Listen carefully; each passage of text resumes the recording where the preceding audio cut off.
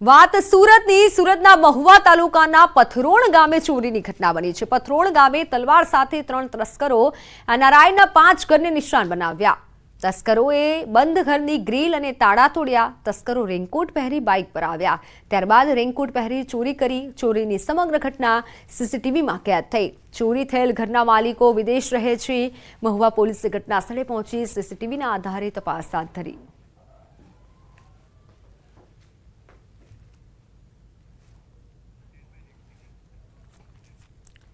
Banaskantha traffic પોલીસને challenge ફેંકતો એક video viral થયો છે। હાઈવે પર જીવના જોખમે પ્રવાસ કરાવતા ખાનગી વાહન ચાલકનો વિડીયો વાયરલ થયો છે। વિડીયો થરાદ સાંચોર હાઈવે પરનો હોય તેવું અનુમાન છે। વિડીયોમાં સાફ જોઈ શકાય છે કે ખાનગી જીપ જેની ક્ષમતા કરતાં પણ વધુ પ્રવાસીઓને બેસાડ્યા છે।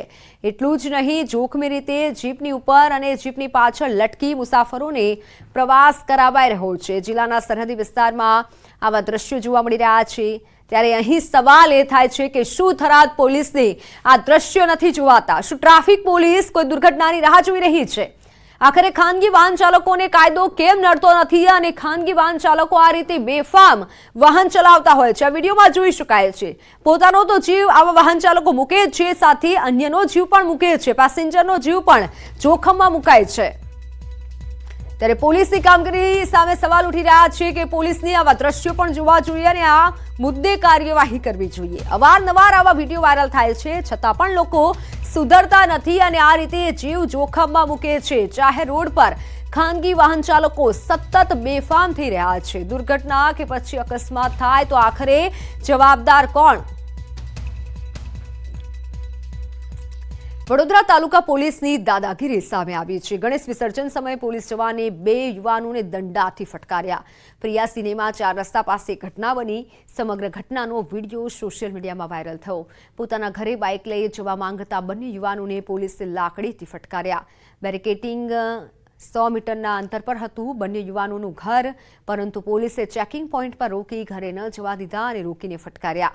તો પોલીસ જવાને પોતાની સત્તાનો રૂબાબ બતાવી બંને યુવાનોને ખોટા કેસમાં ફિટ કરી દેવાની પણ ધમકી આપી। પોલીસ કર્મીના મારથી બંને યુવાનોએ હાથની આંગળી અને પગના ભાગે યુવાનોને ઈજા પહોંચી છે। ભાવનગર જિલ્લા જેલમાં કેદીએ દવાની વધુ પડતી ગોળીઓ ગટગટાવી લેતા બેભાન થયો। કાચા કામના કેદીએ અગમ્ય કારણોસર દવાની વધુ પડતી ગોળીઓ ગટગટાવી લીધી। કેદીને બેભાન હાલતમાં સારવાર માટે સિવિલ હોસ્પિટલમાં ખસેડાયો। જો કે જેલમાં દવાની ગોળીઓ ક્યાંથી આવી અને દવા પીવા પાછળનું કારણ શું તે બાબતે પોલીસે તપાસ હાથ ધરી છે। નીલમબાગ પોલીસે ફરિયાદ નોંધી વધુ તપાસ હાથ ધરી છે। સવાલ એ થાય છે કે આખરે જેલમાં આ પ્રકારની ગોળીઓ ક્યાંથી આવી? કેદીએ દવાની વધુ પડતી ગોળીઓ લઈ લેતા કેદી બેભાન થઈ ગયો, પરંતુ કેદીને સિવિલ હોસ્પિટલમાં ખસેડાયો છે। બેભાન અવસ્થામાં કેદીને હોસ્પિટલ લઈ જવાયો। હાલ તો આ મુદ્દે પોલીસે તપાસ હાથ ધરી છે। મોરબીમાં એસટી બસનો અકસ્માત થયો છે। 12 થી વધુ લોકો ઘાયલ થયા। હળવદના પ્રતાપગઢના પાટિયા પાસે આ બનાવ બન્યો। Sleeper coach ST bus truck પાછળ અથડાઈ હતી। એસટી બસના 12 થી વધુ પ્રવાસીઓ ઘાયલ થયા। ઘાયલોને મોરબી, હળવદ, સુરેન્દ્રનગર ખસેડાયા। આણંદથી મુન્દ્રા તરફ જતી હતી સ્લીપર કોચ એસટી બસ। વાત રાજકોટની। રાજકોટ જિલ્લામાં ફરી સિંહના આટાફેરાથી લોકોમાં ફફડાટ ફેલાયો છે। રૂપાવટી ગામના વાડી વિસ્તારમાં ચડી આવ્યા સિંહ। રૂપાવટી, બાવા, પીપળિયા, આરબ, ટીમડી, પીપળવા સહિતમાં ગામમાં સિંહોના આટાફેરા જોવા મળ્યા। 3 સિંહે વાડી વિસ્તારમાં ધામા નાખ્યા। અહીંથી ચુનાગઢનો જંગલ વિસ્તાર નજીક થતો હોવાથી સિંહની અવરજવર રહે છે। વન વિભાગ આ 3 સિંહ પર નજર રાખી રહ્યું છે।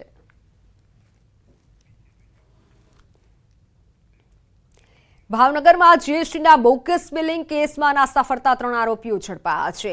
આરોપીઓએ પાલિતાણા શહેરમાં જીએસટીને લગતા ખોટા દસ્તાવેજો બનાવી બોગસ બિલિંગ કૌભાંડ આચર્યું હતું।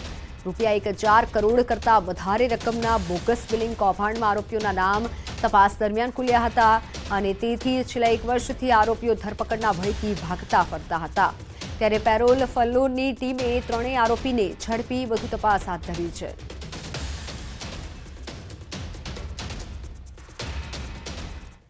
સુરત શહેરની એપીએમસી માર્કેટના હોદ્દેદારો દ્વારા ખેડૂતોના હિતની જગ્યામાં 5 સ્ટાર હોટલ બાંધી દેવામાં આવી હતી અને આ ઉપરાંત કૃષિ બજાર મોલ બનાવવામાં આવ્યો હતો। તો આ મોલમાં પણ ખેડૂતો નહીં પરંતુ કોમર્શિયલ તેમજ ટ્યુશન ક્લાસ ચલાવતા લોકોની ઓફિસો ફાળવી દેવામાં આવી હતી। ત્યારે આ સમગ્ર મામલે હાઈકોર્ટે કડક વલણ અપનાવતા કૃષિ સિવાયની ઓફિસો કૃષિ બજારમાં બંધ કરવાનો આદેશ આપ્યો છે। હવે હાઈકોર્ટના આદેશના કારણે તમામ ઓફિસના દરવાજા બંધ કરવા પડ્યા છે, જેનાથી ઓફિસમાં કામ કરતા લોકોને ભારે મુશ્કેલીનો સામનો કરવો પડ્યો છે।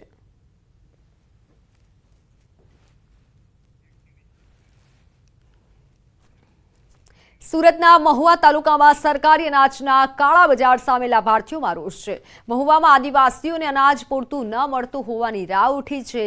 છેલ્લા 8 મહિનાથી ગરીબોને અનાજનો પૂરતો જથ્થો ન મળતો હોવાની ફરિયાદ ઉઠી। અનેક રજૂઆતો બાદ પણ મામલતદાર કચેરી દ્વારા સસ્તા અનાજ દુકાનદારો સામે કોઈ નક્કર કાર્યવાહી ન કરાઈ હોવાનો આક્ષેપ કરાયો છે। ત્યારે આદિવાસી સંગઠન હવે મેદાનમાં આવ્યું છે અને જાતે જ પુરાવાઓ એકત્રિત કરવાનું શરૂ કર્યું। વિજિલન્સ તપાસની માંગ કરવા આવેદન પાઠવ્યું અને જો માંગ સ્વીકારવામાં નહીં આવે તો જનતા રેડની ચીમકી ઉચ્ચારી છે।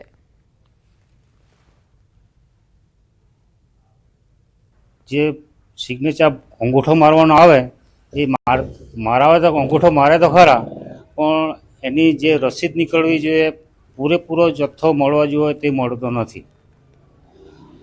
તદ ઉપરાંત તુવર દાળ કે બીજી કોઈ સારી વેરાયટી મળતી સરકાર તરફથી એ 1 દિવસ કે 1.5 દિવસ મળે, તેના પછી કે ભાઈ જથ્થો ઓછો આવ્યો છે ન હવે પછી તમને આવતા મહિના આવે તો પછી તમને આપવું, જાણ કરું તમને, એવી રીતે અમને જવાબ આપે।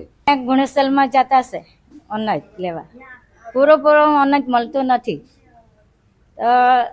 દાળ આપે તો ચોખા આપે તો દાળ નહીં આપે, દાળ આપે તો ચણા બી નહીં આપે, કઈ નથી આપતા, થોડું આપે ને વધારે દિવસ જાય તો અનાજ પૂરું થઈ જાય તો બોલે, બાકી એમ કઈ નથી, એમ કે આટલું પૂરું છે, એમ જેટલું આપે તેટલું અમે ઉચકીને આવ્યા કર્યું ગરીબ માણસ।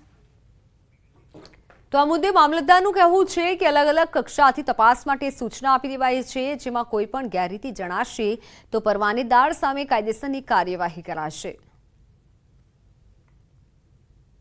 એક આવેદનપત્ર અત્રેની કચેરીને મળેલ છે, તારીખ 10/9/2024ના રોજ આવેદનપત્ર અત્રેની કચેરી આપવામાં આવેલ હતું, જેના ધ્યાને લઈ અત્રેથી અલગ અલગ કક્ષાએથી આ બાબતની તપાસ માટે સૂચનાઓ આપી દેવામાં આવેલ છે અને જે બી કોઈ પણ પ્રકારની ગેરરીતિ ધ્યાન પર આવશે તો જે બી પરવાનેદાર દ્વારા ગેરરીતિ આચરવામાં આવેલ હશે તેના પર કાયદેસરની કાર્યવાહી હાથ ધરવામાં આવશે। ગુજરાત સરકાર દ્વારા રેશનિંગ પર અનાજ તો પૂરેપૂરું મોકલવામાં આવે છે, પરંતુ લાભાર્થી સુધી પૂરતા પ્રમાણમાં અનાજનો જથ્થો લાભાર્થીઓને મળી નથી રહ્યો। દસેમ બતાવવાના પ્રયાસ કરીશ કે ખાસ કરીને મહુવા તાલુકાના જે 70 ગામો છે, જે અંતર્ગત 47 જેટલા આજે પંડિત દીનદયાળ ઉપાધ્યાય ગ્રાહક સેવા મંડળના પરવાનેદારો છે, એવો જે આ લાભાર્થીઓને જે અનાજ આપે છે એ અનાજની અંદર અનાજ ઓછું આપતા હોય છે એવી બુમરાહ ઉઠવા પામી હતી। અને ખાસ કરીને મહુવા તાલુકાના એક જાગૃત જે સેના છે, ભારતીય સંવિધાન સેના, એઓએ અનેક વખત ફરિયાદ કરી છે, ત્યારબાદ સરકારના હજુ સુધી કામ ખુલ્યા નથી ને ક્યાંક અધિકારીના મેણા પીપળામાં પરવાનેદારો સાથે જે બારોબાર સગે વગે અનાજ કરી લેવામાં આવતું હોય છે એવી પણ બુમરાહ ઉઠવા પામી છે। અહીં જે સ્થાનિક લોકો છે એવો જ્યારે રેશન કાર્ડ પર અનાજ લેવા જાય છે ત્યારે એઓને જે કાપલી આપવામાં આવે છે એ કાપલી આપવામાં નથી આવતી, કાપલી બતાવવામાં આવે છે, લખી હોય કંઈ અલગ અને અનાજ આપે છે કંઈ અલગ। અને અહીંના લાભાર્થીઓ ખાસ કરીને જણાવી રહ્યા છે કે અમને 2.5 કિલો કે 5 કિલો ઘઉં અને ચોખા સિવાય બીજું કશું નથી મળતું, તુવેરની દાળ કે તેલ કે ખાંડ એ પણ સરકારશ્રી મોકલે તો છે, પરવાનેદાર પાસે આવે છે, પરવાનેદાર આ જ વસ્તુઓ બધી સગે વગે કરીને વેચી દેવાનો મામલો પણ હાલ આ તાલુકામાં ઉભો થવા પામ્યો છે।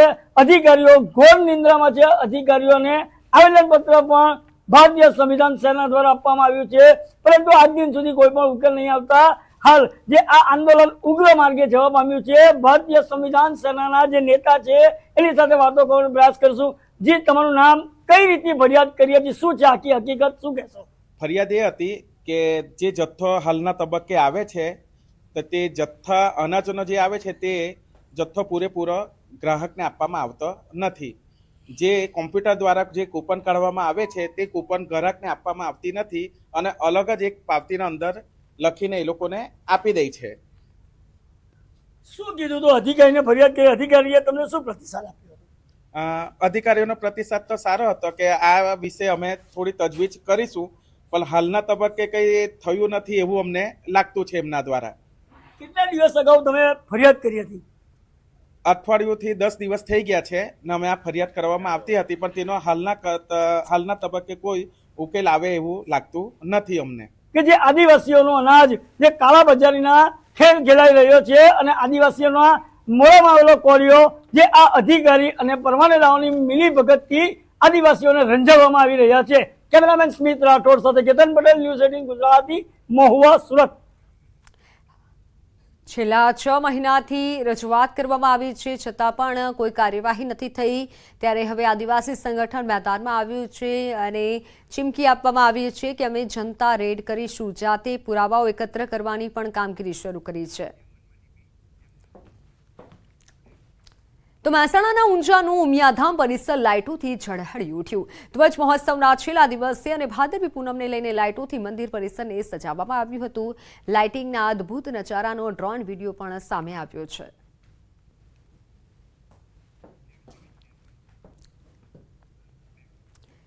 અંબાજીમાં ભાદરવી પૂનમના મેળાના અંતિમ દિવસે સોનાનું દાન કરાયું. મેળાના અંતિમ દિવસે 234 ગ્રામ 970 મિલીગ્રામ સોનાની ભેટ મળી. ₹15,97,300 રૂપિયાની કિંમતનું સોનું આવ્યું દાનમાં. આ સાથે 18,62,000 કિંમતની સોનાની 250 ગ્રામ લકડીની ભેટ આવી. તો આ મેળાના અંતિમ દિવસે 34,59,802 રૂપિયાની સોનાની ભેટ મળી.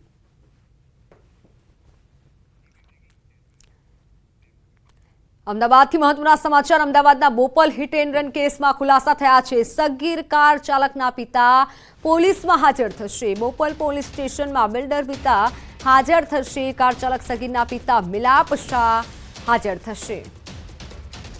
ઓનલાઈન પર સંવાદદાતા નવીન જોડાઈ ચૂક્યા છે. નવીન, હવે સગીરનો કેસ છે એટલે પિતા હાજર થશે, આગળ કેવી કાર્યવાહી થશે? હતો સગીર હતો, તેની તો પોલીસે કાયદાના સંઘર્ષમાં આવેલો એટલે અટકાયત કરી તેની પૂછપરછ કરી હતી. તેની પૂછપરછમાં ખુલાસો થયો છે કે જે ગાડી છે તેના પિતાના નામે છે અને પિતાએ ચાવી આપી હતી. એટલે જે તથ્ય પટેલ અને જે વિસ્મયની અંદર જે કેસમાં ગુનો દાખલ થયેલો તે પ્રમાણે જે મિલાપ શાહ સામે પણ એક પ્રકારનો ગુનો દાખલ થાય એ પ્રકારની કાર્યવાહી કરવામાં આવી રહી હતી. ત્યારે અત્યારે સમાચાર આવી રહ્યા છે કે મિલાપ શાહ જે છે તે ટૂંક સમયમાં બોપલ પોલીસમાં હાજર થઈ અને પોતાની ધરપકડ વોરશે એવી પ્રકારની માહિતી સામે આવી રહી છે અને ત્યારબાદ જે છે તે આની અંદર તેની ધરપકડ કરી આગળની જે કાર્યવાહી છે તે કરવામાં આવશે. બિલકુલ નવીન, આભાર માહિતી બદલ. તો સમાચારોમાં હાલ બસ આટલું જ. રજા આપશો. નમસ્કાર.